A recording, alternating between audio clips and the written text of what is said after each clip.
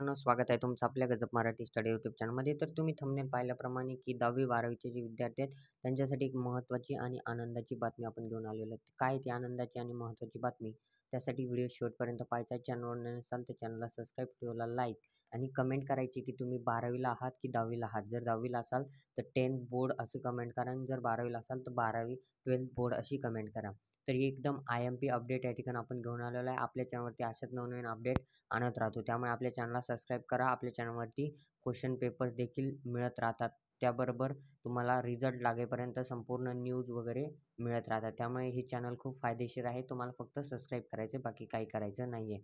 तर पहा आता या ठिकाणी स्क्रीनला तुम्हाला दिसत असेल की HSC एक्झाम हॉल तिकीट म्हणजे 10वी-12वीच्या विद्यार्थ्यांसाठी महत्त्वाची बातमी. बोर्डाचा तो वादग्रस्त निर्णय. पहा, एक वादग्रस्त निर्णय झालेला आहे आणि तुम्हाला एक महत्त्वाचं देखील सांगायचं आहे. पहा, caste on SSC HSC hall ticket. पहा, राज्यातील 10वी आणि 12वीचे जे विद्यार्थी आहेत त्यांच्यासाठी महत्त्वाची बातमी. महाराष्ट्र राज्य माध्यमिक उच्च माध्यमिक शिक्षण मंडळाकडून 12वीच्या विद्यार्थ्यांना हॉल तिकीट उपलब्ध करून देण्यात आले होते. पहा, 10वीच्या विद्यार्थ्यांचे हॉल तिकीट अवेलेबल झालेत, पण 12वीच्यांना देण्यात आले होते. मात्र विद्यार्थ्याच्या जातीचा प्रवर्ग हॉल तिकीटवर नोंदवण्यात आला आहे. त्यामुळे एकच खळबळ उडाली आहे. हा जात प्रवर्ग का नोंदवण्यात आला, यामागील कारण काय आहे असे प्रश्न उपस्थित होते. ठीक आहे. मात्र आता हा निर्णय रद्द करण्यात आला आहे. का रद्द करण्यात आला आहे ते तुम्हाला पुढे कळेलच. त्यामुळे त्यामुळे आता इतक्या पाहता त्यामुळे आता इयत्ता 10वी आणि 12वीच्या परीक्षेसाठी नवीन हॉल तिकीट देण्यात येणार आहे. पहा, तुमच्या जर 12वीच्या विद्यार्थ्यांना आता हॉल तिकीट वाटप झाली असेल तरी तुम्हाला नवीन हॉल तिकीट देतील किंवा ते हॉल तिकीट वापरायला लावतील. काही शाळेत देतील किंवा डाउनलोड करायला तुम्हाला प्रिंट काढायला लावतील, असं काहीतरी करतील. ठीक आहे. 10वी आणि 12वीच्या परीक्षेत देणाऱ्या विद्यार्थ्याच्या हॉल तिकीटावर विद्यार्थ्याचे नाव, सीट नंबर, सेंटर, आईचे नाव, शहर याचा उल्लेख असायचा. ठीक आहे. माहिती असेल तुम्हाला मागच्या वर्षी कसं हॉल तिकीट राहायचे. मात्र यंदा बोर्डाने काही बदल करत हॉल तिकीटवर विद्यार्थ्याच्या जातीचा उल्लेख केला होता. ठीक आहे. त्यामुळे त्यावरून शिक्षण तज्ज्ञांनी देखील आणि पालकांनी देखील काय केलेलं आहे, की प्रश्न उपस्थित केलेला आहे की तुम्ही हा जातीचा एखाद्या विद्यार्थ्याची जात नमूद करून बोर्डाला काय सिद्ध करायचे आहे, हे या ठिकाणं प्रश्न विचारलेला आहे. आणि त्यामुळेच काय केलं आहे, बोर्डाने आता निर्णय बदललेला आहे. तर काय निर्णय बदलला आहे? मंडळाकडून परिपत्रक काढून निर्णय रद्द. पहा, महाराष्ट्र राज्य माध्यमिक उच्च माध्यमिक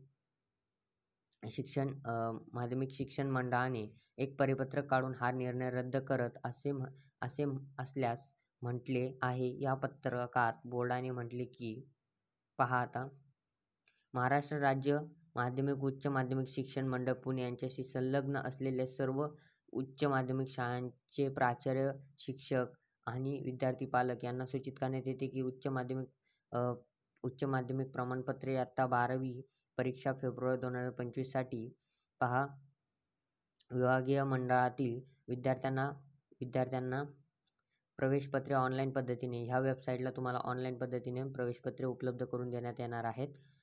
संकेतस्थळावर शुक्रवार दिनांक 10/1/2025 म्हणजे 10/1/2025 ही तारीख झालेली आहे. रोजी ॲडमिट कार्ड या लिंकद्वारे, म्हणजे हे 12वीसाठी होतं, म्हणजे 12वीच्या विद्यार्थ्यांचं ह्या तारखेला ॲडमिट कार्ड या वेबसाईटवरती अपलोड करण्यात आलं होतं.